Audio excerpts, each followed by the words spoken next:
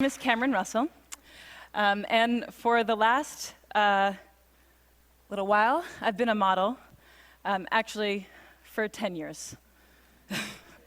And I feel like there's an uncomfortable tension in the room right now because I should not have worn this dress. So luckily, I brought an outfit change. This is the first outfit change on the TED stage, so you guys are pretty lucky to witness it, I think. If some of the women were really horrified when I came out, you don't have to tell me now, but I'll find out later on Twitter.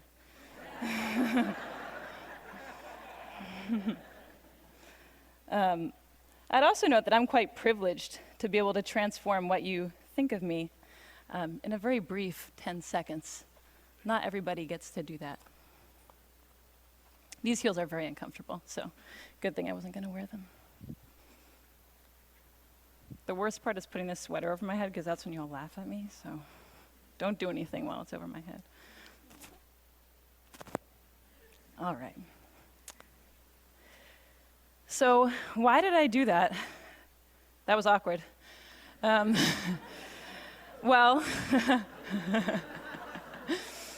hopefully not as awkward as that picture.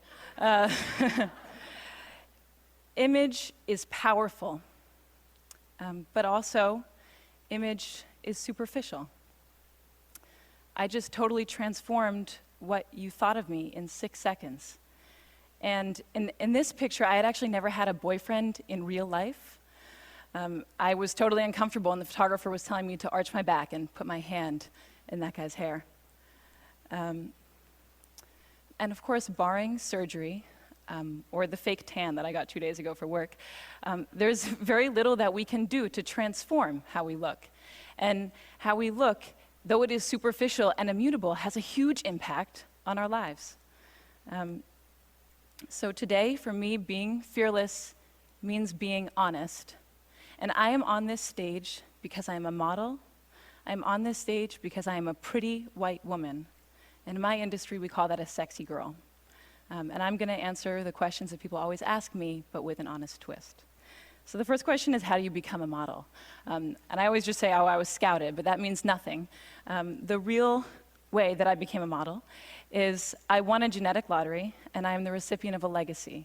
And maybe you're wondering, what is a legacy? Well, for the past few centuries, we have defined beauty not just as health and youth and symmetry that we're biologically programmed to admire, but also as tall, slender figures and femininity and white skin. And this is a legacy that was built for me, and it's a legacy that I've been cashing out on. And I know there are people in the audience who are skeptical at this point, and maybe there are some fashionistas who are like, wait, Naomi, Tyra, Joan Smalls, Lou Wen, and first, I commend you on your model knowledge, very impressive. But unfortunately, I have to inform you that in 2007, a very inspired NYU PhD student counted all the models on the runway, every single one that was hired, and of the 677 models that were hired, only 27, or less than 4%, were non-white. The next question people always ask me is, can I be a model when I grow up? And the first answer is, I don't know, they don't put me in charge of that. But the second answer, and what I really want to say to these little girls, is why? You know, you can be anything. You could be the President of the United States, or the inventor of the next internet, or a ninja cardiothoracic surgeon poet, which would be awesome, because you'd be the first one. If after this amazing list, they still are like, no, Cameron, I want to be a model, well, then I say, be my boss, because I'm not in charge of anything, and you could be the editor-in-chief of American Vogue, or the CEO of H&M, or the next Stephen Meisel. Saying that you want to be a model when you grow up is akin to saying that you want to win the Powerball when you grow up. It's, you know, out of your control, and it's awesome, and it's not a career path. I will demonstrate for you now 10 years of accumulated model knowledge, because unlike cardiothoracic surgeons, it can just be distilled right into right now. So if the photographer is right there, and the light is right there like a nice HMI, and the client says, Cameron, we want a walking shot, well then this leg goes first, nice and long, this arm goes back, this arm goes forward, the head is at 3/4, and you just go back and forth. You just do that. And then you look back at your imaginary friends, 300, 400, 500 times. It will look something like this. Hopefully less awkward than that one in the middle. I don't know what happened there. Unfortunately, after you've gone to school and you have a resume and you've done a few jobs, you can't say anything anymore. So if you say you want to be the President of the United States, but your resume reads underwear model 10 years, people give you a funny look. The next question people always ask me is, do they retouch all the photos? And yeah, they pretty much retouch all the photos, but that is only a small component of what's happening. This picture is the very first picture that I ever took, and it's also the very first time that I had worn a bikini. And I didn't even have my period yet. I know we're getting personal, but I was a young girl. This is what I looked like with my grandma just a few months earlier. Here's me on the same day as this shoot. My friend got to come with me. Here's me at a slumber party a few days before I shot French Vogue. Here's me on the soccer team and in V Magazine. And here's me today. And I hope what you're seeing is that these pictures are not pictures of me, they are constructions. And they are constructions by a group of professionals, by hairstylists and makeup artists and photographers and stylists and all of their assistants and pre-production and post-production. And they build this, that's not me. Okay, so the next question people always ask me is, do you get free stuff? I do have too many 8-inch heels, which I never get to wear, except for earlier. But the free stuff that I get is the free stuff that I get in real life, and that's what we don't like to talk about. I grew up in Cambridge, and one time I went into a store and I forgot my money and they gave me the dress for free. When I was a teenager, I was driving with my friend who was an awful driver, and she ran a red, and of course, we got pulled over. And all it took was a sorry officer, and we were on our way.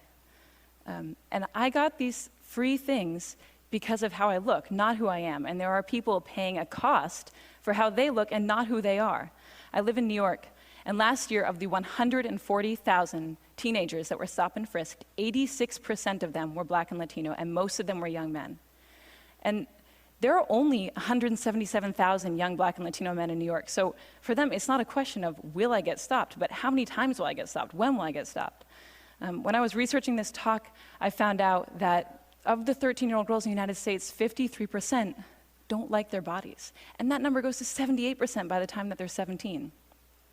So the last question people ask me is, what is it like to be a model? And I think the answer that they're looking for is, if you are a little bit skinnier and you have shinier hair, you will be so happy and fabulous. And when we're backstage, we give an answer that maybe makes it seem like that. We say, it's really amazing to travel, and it's amazing to get to work with creative, inspired, passionate people. And those things are true, but they're only one half of the story, because the thing that we never say on camera, that I have never said on camera, is I am insecure. And I'm insecure because I have to think about what I look like every day. And if you ever are wondering, if I have thinner thighs and shinier hair, will I be happier? You just need to meet a group of models, because they have the thinnest thighs and the shiniest hair and the coolest clothes, and they're the most physically insecure women probably on the planet. So when I was writing this talk, I found it very difficult to strike an honest balance, because on the one hand, I felt very uncomfortable to come out here and say, look, I've received all these benefits from a deck stacked in my favor. And it also felt really uncomfortable to follow that up with, and it doesn't always make me happy. But mostly, it was difficult to unpack a legacy of gender and racial oppression when I'm one of the biggest beneficiaries. But I'm also happy and honored to be up here, and I think that it's great I got to come, before 10 or 20 or 30 years had passed and I'd had more agency in my career, because maybe then I wouldn't tell the story of how I got my first job, or maybe I wouldn't tell the story of how I paid for college, which seems so important right now. If